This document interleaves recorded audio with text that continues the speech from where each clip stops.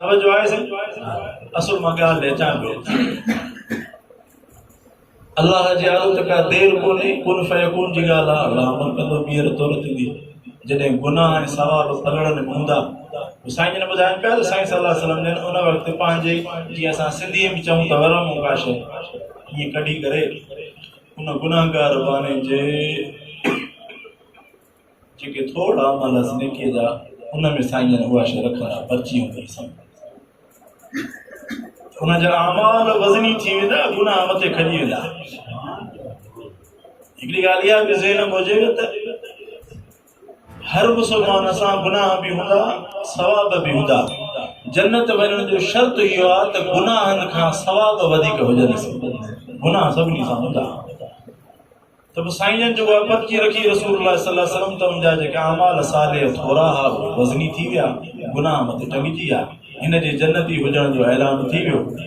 पोइ जॾहिं ख़ुशी थियसि साईं सल्लल्लाहु अलैहि वसल्लम ॾियार अर्ज़ु कयईं साईं अलाए छा कयो साईं तव्हां त मूं ते अहसान करे छॾियो साईं सल्लल्लाहु अलैहि वसल्लम फरमायूं त ऐं मुंहिंजा गुनाहगार उम्मती सॼी ज़िंदगीअ में हिकिड़ो दफ़ो मां मोहम्मद ते तूं दुरूद मोकिलियो सॼी ज़िंदगी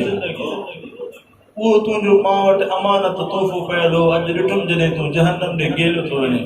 मां तुंहिंजो मोकिलियल तोहफ़ो तुंहिंजे अमाल में रखियो अलाह हिन दुरूद जे करे थो वञे तर्ज़ु पे कयमि त इहे दुरूद सलाम जेको पढ़ंदा इहा एॾी वॾी नेमत आहे दुरूद असांजे ईमान जो हिसो आहे घणे दुरूद पढ़ण वारा क़यामत जो महबूब साईं जे क़रीब क़रीब बीठा हूंदा पाड़ो नसीब थींदो इहा वॾी नेमत आहे बहरहाल शेर जा जुमला जेके असांजे भाउ उस्ताद सैफुल्लाह साहिब लिखिया हुआ उहे मां ॿुधाइणु चाहियां थो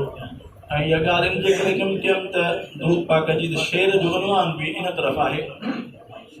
दुरूद दिलबर मथां पढ़ण सां वधे थी चाहत मिले थी राहत इहा ईमान वारे खे महसूस थींदी आहे ईमान वारो जॾहिं पंहिंजे ईमान सां महबूब सां मोहबत जी ॻाल्हि कंदो आहे दुरूद पढ़ंदो आहे नालो खणंदो आहे आशिक़ खे महबूब जो नालो ॿुधंदे बि ख़ुशी थींदी आहे नी पर जॾहिं पाण ज़ुबान में खणंदो आहे त वजद तारी थींदो आहे इहा आशिक़ जी कैफ़ियत थींदी आहे उहो चाहे आशिक़ दुनिया में हुजे या हुनजो इश्क महबूब रब सां या महबूब मोहम्मद करीम सां हुजे आशिक़ खे सुरू ज़रूरु ईंदो आहे इश्क वारी ॻाल्हि कई थिए दुरूद दिलबर मथां पढ़ण सां वधे थी चाहत मिले थी राहत पढ़ी पीरीअ ते सलातूं सिकमा पढ़ी पीरीअ ते सलातूं सिकमा अचे थी बरकत वसे थी रहमत दुरूद दिलबर चाहत मिले थी राहत जे वठी सजण जो मिठो ही नालो भरियूं था माखीअ जा ढुका साजणो वठी सजण जो मिठो ही नालो भरियूं था माखीअ जा ढुक साजणो पेरीअ जो नालो पेरीअ जो नालो अमाखे मिसरी मिठे जे नाले में आहे लज़त पेरीअ जो नालो अमाखे मिसरी मिठे जे नाले में आहे लज़त हो पढ़ी पेरीअ ते सलातूं सिकमा अचे थी बरकत वसे थी रहमत दुरूद दिलबर चाहत मिले थी राहत जिन नबीअत जेको दुरूद पढ़ंदो उन्हीअ जी शफ़क़त साए में हूंदो नबीअत जेको दुरूद पढ़ंदो उन्हीअ जी शफ़क़त साए में हूंदो सजण जी थी शफ़ा प्यारे सजण जी थी दस शफ़ा प्यारे बदस पोथी दस वॾी इनायत दुरूद दिलबर मथां पढ़ण सां वधे थी चाहत मिले थी राहत सुभान अल्लाह जे दुरूद दिल सां पढ़े थो जेको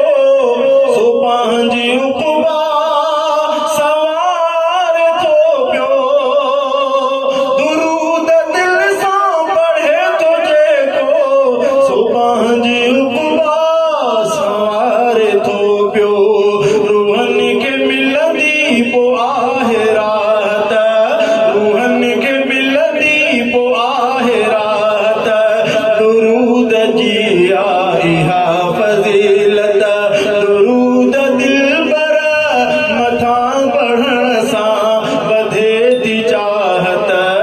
मिले थी राहत अजीब जुमलाहन के त नबीअ जो नालो वठणो इबादत नबीअ खे फॉलो करणो इबादत जे नबीअ जो नालो वठणो इबादत नबीअ खे फॉलो करणो इबादत नबीअ सां उल्फत रखी जीअण में मिले थी सोहणी असांखे जन्नत जे पढ़ो सलातूं नबीअ ते सोहणा हुकुम खुदाई आहे सभिनी खे हुकुम खुदाई आहे सभिनी खे दुरूद सैफुल्लाह पढ़ंदो आहे अव्हां उन्हीअ जी कजो शफ़ाअत दुरूद सैफुल्लाह पढ़ंदो आहे सजण पोइ उन जी कजो शफ़ाअत दुरूद दिलबर मथां पढ़ण सां वधे थी चाहत मिले थी राहत